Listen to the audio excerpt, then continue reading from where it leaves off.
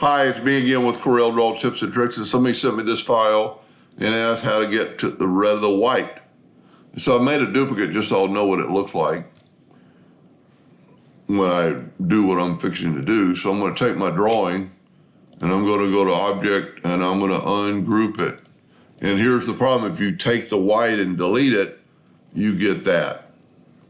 So what you can do is take the whole selection, select the whole drawing, and left click no fill, and then you can right click any color. And that's why I made a copy so I'll know what they want to be filled in with brown. I'm going to fill it in with black just so it'll be more visible.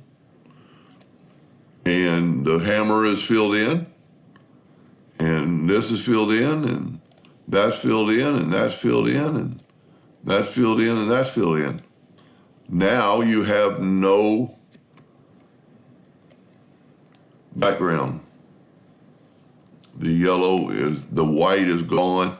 Now when you do something like that, you do want to remember to select it all and right click no outline, because in case you use a hairline, it will cut.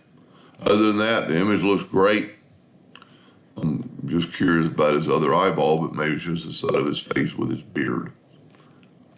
Anyway, I hope that answered their question, and thank you for watching.